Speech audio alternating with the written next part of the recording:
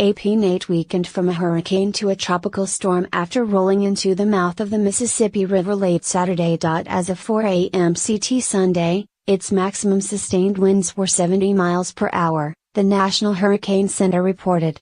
Nate was downgraded from a Category 1 hurricane with maximum sustained winds of 85 miles per hour, weakening as expected. The storm made landfall about 10 miles southwest of the Mississippi River's mouth, and as of Sunday morning was about 80 miles north-northwest of coastal Biloxi, Mississippi, according to the National Hurricane Center. Speed: how did Nate pop up so quickly? Experts explain storms. Yes, this hurricane season has been much worse than usual. The center predicted Nate would turn toward the north-northeast then northeast. After landfall, what remains of the hurricane's eye is expected to pass over portions of Mississippi, Alabama and Tennessee through Sunday night, dumping as much as 10 inches of rain. The reduction comes as good news to hurricane-weary residents in 4 Gulf Coast states, which had declared emergency measures, including mandatory evacuations, curfews, beach closures and traffic blockades at flood-prone underpasses.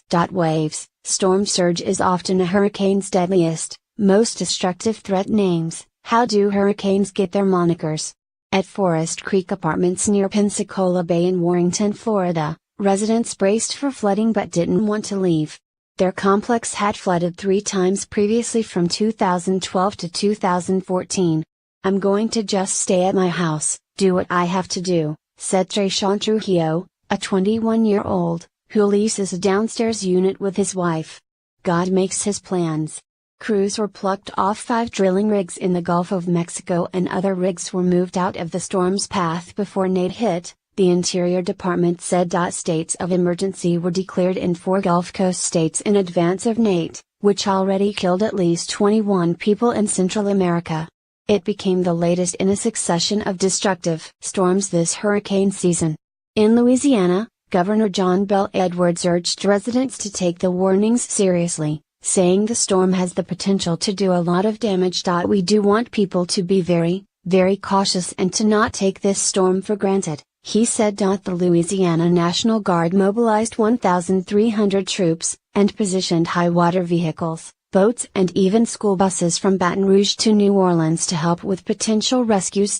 President Trump approved an emergency declaration for a large area of the state, and ordered federal assistance for Louisiana as Nate approached the central Gulf of Mexico.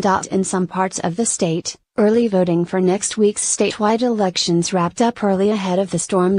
In New Orleans, Mayor Mitch Landrieu said 109 of the 120 pumps critical for draining the low-lying city are functioning, a 92% capacity. "We are ready for whatever Nate brings our way," Landrieu said.